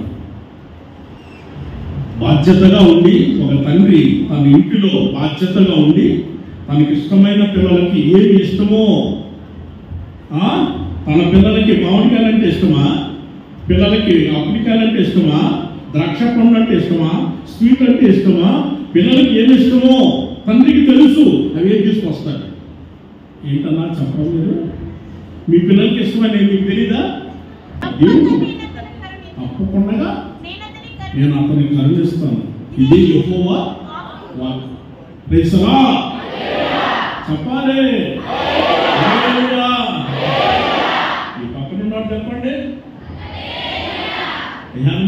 చెప్పండి, ఇప్పుడు అందరూ చెప్పండి. ఇది అందరు చెప్పేది. ఇప్పుడు అర్థమైందా? ఇది ఈ శబ్దం ఏంటంటే అందరు చెప్పేది ఇది. ఇక్కడ వరకే వస్తుంది కానీ ఎంతకు మించిపోట్ల అలానే చెప్పారు. ఓకే, చాలా మంచివాడు మీరు. దేవుడు ఆయన అంటాడు, ఏమంటున్నాడంటే ఎఫ్రాయిము నాకు ఇష్టమైన కుమారుడు, ఎఫ్రాయిము నాకు ఇష్టమైన కుమారుడు, నాకు ముద్దు బిడ్డ.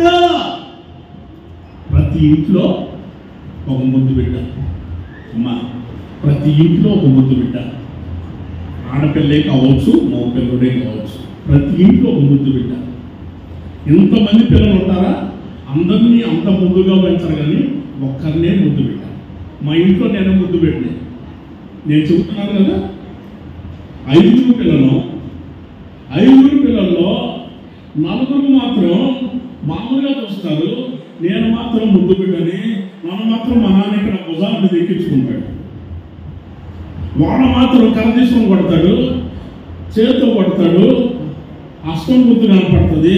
నన్ను మాత్రం కొట్టకుండా ముద్దు బిడ్డను కాబట్టి భుజాల మీద ఎక్కించుకొని తిప్పుతాడు. వాడికి ఎట్లా ఉంటుంది? అట్లా చెప్పండి, కడుపు మండుతుంది. మామూలుగా కాదు, మామూలుగా అన్నారు, అంతా ఎంత మామిడికాయలు తీసుకొచ్చినా, అట్టి పనులు తీసుకొచ్చినా, మా నాన్న ఏది తీసుకొచ్చినా నా దగ్గరికే తీసుకొస్తాను. నేను ఒక్కడే తిన్ను, మా అక్కడికి ఇస్తా, మా అన్నయ్యకి ఇస్తా. వాళ్ళు తింటున్నప్పుడు అప్పుడు తింటా నేను. మా నాన్న తెలుసు, మా అన్నయ్యకి ఇస్తే మొత్తం వాడే తినేసేస్తాడు. ఎవరికి ఎంత కూడా ఇవ్వడం. మా అక్కడికి ఇస్తే వాళ్ళు దాచిపెట్టుకొని తింటారు.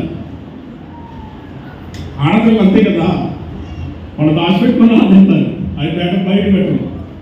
నేనేం చేస్తాను, నా దగ్గరికి తీసుకొస్తే స్వీట్ అయినా హాట్ అయినా, నా దగ్గరికి తీసుకొస్తే పండు అయినా, ఇవన్నీ కూడా మా నాన్నకి ఇస్తాను, మా అమ్మకి ఇస్తాను, మా అక్కడికి ఇస్తాను, మా అన్నయ్యకి ఇస్తాను. వాళ్ళందరూ కూడా తింటున్నప్పుడు చివరిలో నేను తింటానండి. ఇంట్లో ముద్దు బిడ్డను నేను, ప్రతి ఇంట్లో ఒక ముద్దు బిడ్డ. ఒక మాట, కాకి పిల్లకి కాకికే ముద్దు. కాకి పిల్ల చూస్తే ఎవరికైనా మీకు ముద్దా? కోతి పిల్ల తిరుగుతూ ఉంటే కోతి పిల్ల ముద్దు పెట్టుకున్నది. కోతి వచ్చి కోతికే ముద్దు కానీ మనకేమో ముద్దా? మీకు అర్థమవుతున్నా నేను చెప్పేది? అర్థమవుతున్నా? కోతి పిల్ల కోతికే ముద్దు, అది ముద్దు పెట్టుకుంటుంటే ఆ కోతి పిల్ల ఎట్లా ముద్దు వస్తుంది? అంత ముద్దు పెట్టుకున్నది. అరే ఈ కాకేంటి మళ్ళా మనం లాక్కుండా ముద్దు పెట్టుకుంటుంది అనుకుంటాం. వాటికే ముద్దు. మనమేమో పరలోక సంబంధమైన తండ్రి ముద్దు బిడ్డలు. Praise the lord. హల్లెలూయా. ఆయన ముద్దు బిడ్డలు, ఆయన ముద్దు బిడ్డలు మనం. ఆయన అంటాడు, తప్పకుండా నేను అతన్ని కరుణిస్తా, అతని గురించి నా కడుపులో చాలా వేదన ఉన్నది అన్నాడు. ఎఫ్రాయిము ఎవరో రెఫరెన్స్ రాసుకుంటే టైం లేదు, మీకు ఛార్జింగ్ అయిపోయింది, నాకు కూడా ఛార్జింగ్ అయిపోయింది. వాస్తవంగా చెబుతున్నా, అబద్ధం ఆడట్లా, నేను నిజమే చెబుతున్నాను. అందరికీ ఛార్జింగ్ అయిపోయింది, టైం అయిపోయే కొద్దీ ఛార్జింగ్ అయిపోతుంది, మళ్ళీ ఛార్జింగ్ పెట్టుకోవాలి. వెళ్ళిపోయి ఓకేనా? ఓకే. ఎఫ్రాయిము ఎవరు అంటే ఆదికాండం 41వ అధ్యాయం 51, 52 వచ్చినాము మనం గమనించినప్పుడు, యోసేపు యొక్క 2వ కుమారుడు ఎఫ్రాయిము. యోసేపు యొక్క 2వ కుమారుడు ఎఫ్రాయిము. దేవుడు అంటాడు, ఎఫ్రాయిము నాకు ఇష్టమైన కుమారుడు. ఓకే, అసలు ఎఫ్రాయిము గురించి చెప్పేటప్పుడు నాకు ముద్దు బిడ్డ అన్నాడు, నాకు ఇష్టమైన వాడు నాకు ముద్దు బిడ్డ అని చెప్పాడు కదా. మరి ముద్దు బిడ్డగానే ఉన్నారు కదా. ఒక మాట వినండి చెప్తాను. హోషేయ గ్రంథంలో హోషేయ గ్రంథంలో 11వ అధ్యాయం 3వ వాక్యంలో పేజీ నంబర్ 750 పాత నిబంధన గ్రంథం.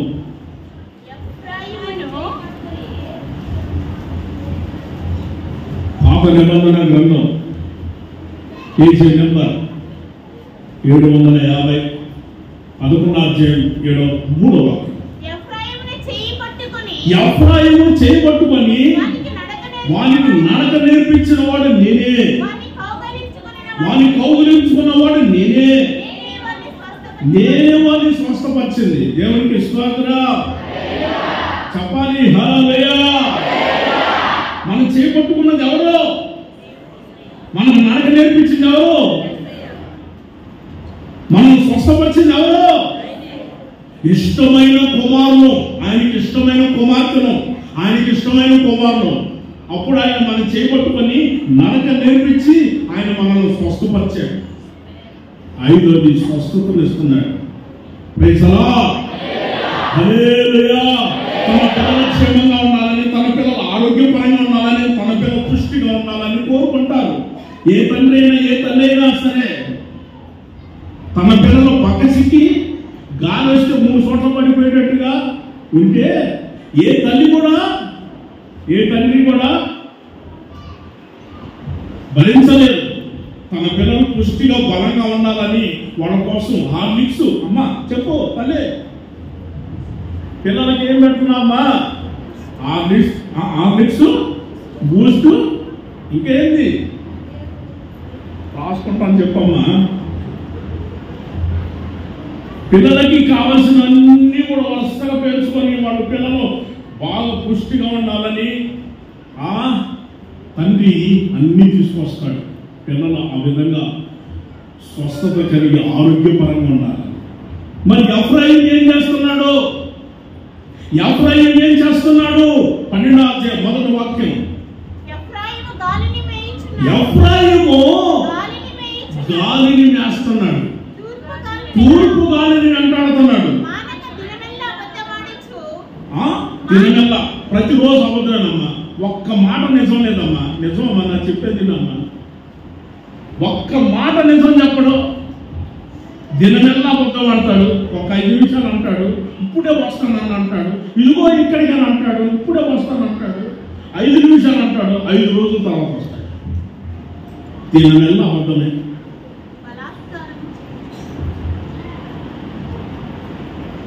ఏంటి మీరు ఆలోచనలో పడ్డారా? ఆలోచిస్తున్నారా? కావునా ఒక యోగం వచ్చాడు. బాబు మీకోసం ప్రార్థన చేస్తాను, ఏం చదువుతున్నారా అని అడిగాను. అని అన్నాడు, నేను ఐటీబీటీ చేస్తున్నాను అన్నాడు. ఐటీబీటీ చేస్తున్నావా? సరే నీకోసం ప్రార్థన చేస్తాను, దేవునికి మంచి జాబ్ ఇస్తాను అని నేను అన్నాను. దానికి జవాబు రాదంట. జాబులు రావంట, దానికి ఉద్యోగం రావంట. ఏమిరా ఎందుకురా అని అడిగాను నేను. ఏం బాబు ఎందుకనంటే ఐటీబీటీ చేస్తే ఎవరు ఇస్తారన్న ఉద్యోగం అన్నాను. ఏంట్రా మరి అంత చదువుతున్నప్పుడు మరి రాకుండా ఎట్లా ఉంటానంటే, ఐటీబీటీ అంటే ఇంట్లో తినటం బయట తినటం.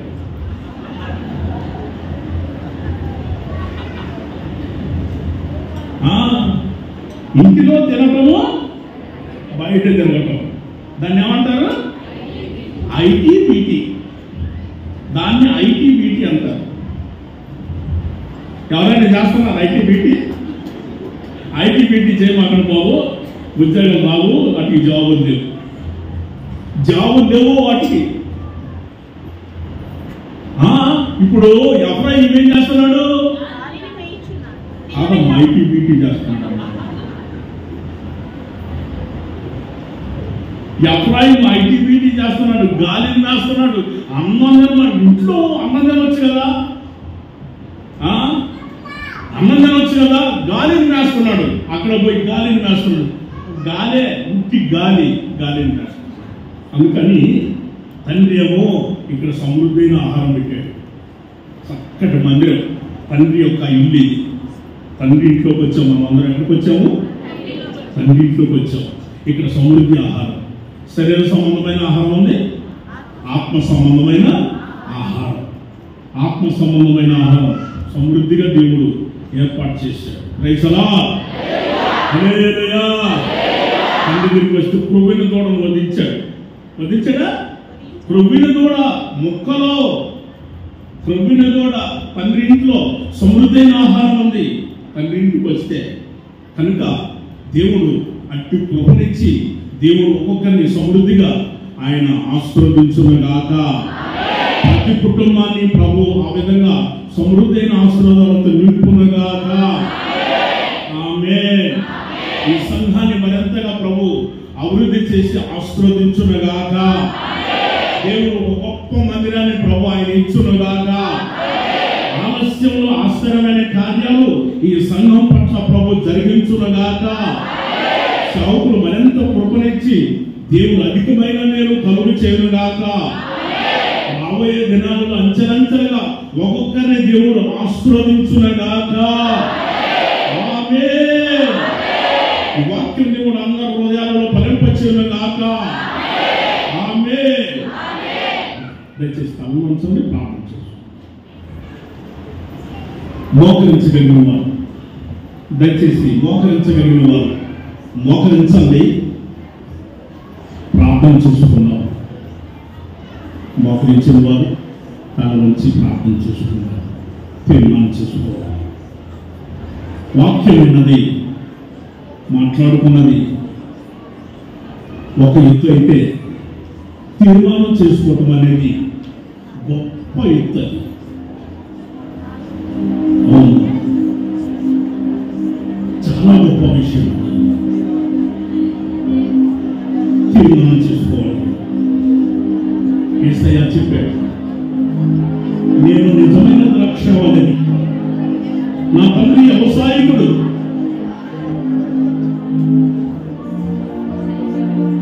మనం ఎక్కువగా ఫలించాలని కోరుకున్నాడు. మనం ఫలించాలంటే ఈ తోటలో, ఈ ద్రాక్ష తోటలో పనికిరాని తీగలన్నీ తీసి బయట పారవేస్తున్నాడు. దాన్ని తొమ్మి రాళ్ళన్నీ తీసివేసి, ముళ్ళన్నీ తీసివేసి ఆ తోటకి కంచె వేస్తున్నాడు. సత్తులో కలిగిన సంఘం, దేవుడు మనల్ని అంతగా ప్రేమించి, మన జీవితాలని అంతగా ప్రేమించి చక్కని విషయాలు ప్రభు మనకు తెలియజేశాడు. మనలో ఉన్న రాళ్ళు, దురాలోచనలు, కామయకారం, మత్సరము, దేవదోషణ, అహంభావము, అవివేకము, సమస్తం అన్నింటినీ కూడా దేవుడు తొలగిస్తున్నాడు. దేవుడు అన్నింటిని తీసివేసి ఆయన వ్యవసాయకుడు. మన తండ్రి వ్యవసాయకుడైన మన తండ్రి ఆయన అంతగా ప్రేమించి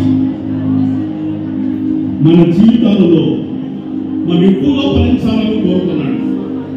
ఎక్కువగా మనం ఫలించాలి, మనం ఎక్కువగా ఫలించాలని, మరింతగా ఫలించాలని ఆయన కోరుతున్నాడు. తండ్రి జాలి పడుతున్నాడు. కుమారుడైన ఆయన జాలి పడుతున్నాడు. నీ పట్ల ఆయన జాలి పడుతున్నాడు.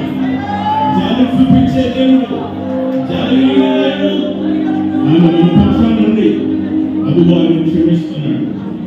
మన పక్షాల నుండి ఆయన క్షమిస్తున్నాడు. మన పాపాలన్నింటినీ తీసుకొస్తున్నాడు. మన పాపాలన్నీ కూడా సముద్రం అగాధంలో పడవేస్తున్నాడు. ఈ రోజున చెప్పిన ప్రతి విషయాన్ని గుర్తించు. ప్రేమైన సహోదరి సహోదరుల, తండ్రి ప్రేమ చాలా గొప్పది. తండ్రి ప్రేమ చాలా గొప్పది. తండ్రిని అర్థం చేసుకోండి.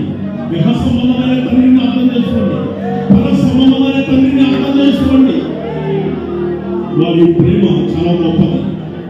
ఆ శాశ్వతమైన ప్రేమతో నిన్ను ప్రేమిస్తున్నాడు పరలోకమందున్న తండ్రి. పరలోకమందున్న తండ్రి నిన్ను శాశ్వతమైన ప్రేమపై నిన్ను ప్రేమిస్తున్నాడు. పరిశుద్ధాత్మ దేవుడు పరలోకంలో ఉన్న తండ్రి యొక్క ప్రేమను తీసుకుని వచ్చి మన హృదయంలో గమనించాడు. కనుక ఈ రోజున నిన్ను చూసి కనికరపడుతున్నాడు. ఆయన నిన్ను చూసి కనికరపడుతున్నాడు. ఎవరు నిన్ను చూసి కనికరపడకపోవచ్చు, కానీ ఆయన నీ మీద జాలిపడిన వాడు, నీ అందు కనికరపడుతున్నా తండ్రి. ఈ రోజున ఆయన ఆత్మస్వరూపిగా అదృశ్య దేవుడుగా నిన్ను గమనిస్తున్న మంచి తరుణం, మంచి సమయం. తండ్రి నేను స్వస్థపరచాలని కోరుతున్నాడు. తండ్రి తనకి ఇష్టమైన కుమారుని గద్దించున్నట్టుగా యెహోవా తను ప్రేమించే వారిని గద్దిస్తున్నాడు. అయితే ఎఫ్రాయిము తనకి ఇష్టమైన కుమారుడు, చేయి పట్టుకుని నడక నేర్పించిన వాడు, కౌగిలించుకున్నవాడు, స్వస్థపరిచిన వాడు. ఈ రోజున నేను స్వస్థతను కలుగు చేసి నీ జీవితంలో ఆరోగ్యాన్ని క్షేమాన్నిచ్చాడంటే ఆయన నిన్ను అంతగా ప్రేమించాడు. అంతగా ఆయన ఆయనకి ఇష్టమైన కుమార్తెగా, కుమారుడుగా నిన్ను చూసుకున్నాడు. ఆయనకి ఇష్టమైన కుమార్తెగా ఉన్నావు, ఆయనకి ఇష్టమైన బిడ్డలు.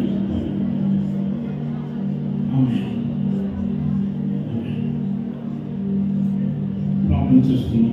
ప్రార్థన చేస్తాం. మహాపరిశుద్ధుడా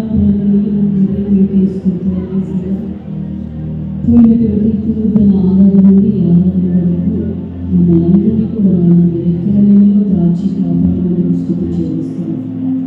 అయ్యా ఉదయకాలం నుండి ఈ సమయం వరకు కూడా మా మధ్యలో ఆత్మదేవునిగా, అదృశ్య దేవునిగా మీరు సంచరించి మాతో ఉండి ఈ సన్నిధిలో పాడిన పాటల ద్వారా, చెప్పబడిన సాక్ష్యాల మూలంగా, ఆత్మ ఆరాధన ద్వారా యేసయ్యా మీ నామానికి మహిమ తెచ్చుకున్నారు. అందరూ స్తోత్రం. మీ దాసుని చాటును మరుగుపరుచుకొని మీ సన్నిధికి చేరవచ్చిన మా అందరికీ కావలసినటువంటి వాక్కులను మీ దాసుని ద్వారా మీరు అందించడానికే స్థితి చేస్తున్నాను తండ్రి. పరలోకపు తండ్రి, మీరు ఏ విధంగా మా అందరి పట్ల నాయన మీరు ఎట్టి కార్యాలు చేస్తున్నారో తండ్రి, ఏ విధంగా మమ్మల్ని నడిపించాలని కోరుకుంటున్నాను, ఏ విధంగా నాయన మీరు నాయన మా పట్ల మీ ఉద్దేశాలు, మీ ఆలోచనలు ఏవై ఉన్నామో ప్రభువా స్తోత్రాలయ్యా. అయ్యా లేఖనాలను ఆధారం చేసుకొని మీరు మాట్లాడుతూ వచ్చిన ఈ మాటలకు స్థుతి చెల్లిస్తున్నాను తండ్రి. మీరు వ్యవసాయకుడని అయ్యా, మీరు జాలి కలిగిన దేవుడు అని తండ్రి, మీరు ప్రేమించే దేవుడు, అలాగే కనికరించే దేవుడు అని తండ్రి, మీరు ప్రేమించే వారిని గర్దించి స్వస్థతనిచ్చే దేవుడు అని అయ్యా మరొకసారిగా మీరు జ్ఞాపకం చేసినందుకే స్థుతి చెల్లిస్తున్నాను తండ్రి. అవును ప్రభువా, మేము బహుగా ఫలించాలని మాలో ఉన్నటువంటి అయ్యా బలహీనతలన్నిటినీ కూడా ప్రభు మీరు తీసివేసి, ఆ తోటలో ఉన్న రాళ్ళను తీసివేసి సత్తువు కలిగినటువంటి సంఘంలో మీ సన్నిధిలో మేము ఫలభరితముగా, అధికముగా, ఎక్కువగా ఫలించాలని కోరుకున్న దేవుడు అయ్యా. అయ్యా నీ సన్నిధికి వచ్చిన మనందరినీ కూడా ఆ విధముగా ఫలింపచేయండి తండ్రి. వ్యవసాయకుడుగా మా పట్ల మీ ఉద్దేశాలు నెరవేర్చండి తండ్రి. మీ బాధ్యతలు మా పట్ల నెరవేర్చమని యేసయ్యా మీ సన్నిధిలో ప్రార్థిస్తున్నాను. జాలి కలిగిన దేవుడు తండ్రి, తప్పిపోయిన కుమారుని పట్ల మీరు జాలి చూపిన దేవుడు తండ్రి, మీకు స్తోత్రాలయ్యా. మా అందరి పట్ల కూడా మీరు జాలి చూపండియ్యా. యేసయ్యా మీ జాలి ద్వారానే అయ్యా మేము ఇప్పటి వరకు కూడా బ్రతికి ఉన్నాము తండ్రి, మీకు స్తోత్రాలయ్యా. ఎవరిని కూడా చేయవద్దు తండ్రి. యేసయ్యా మీ జ్ఞాపకాలు నిలబెట్టుకోమని వేడుకుంటున్నాం. ప్రేమించే దేవుడు అని మీరు మాట్లాడుతూ వచ్చారు యేసయ్యా.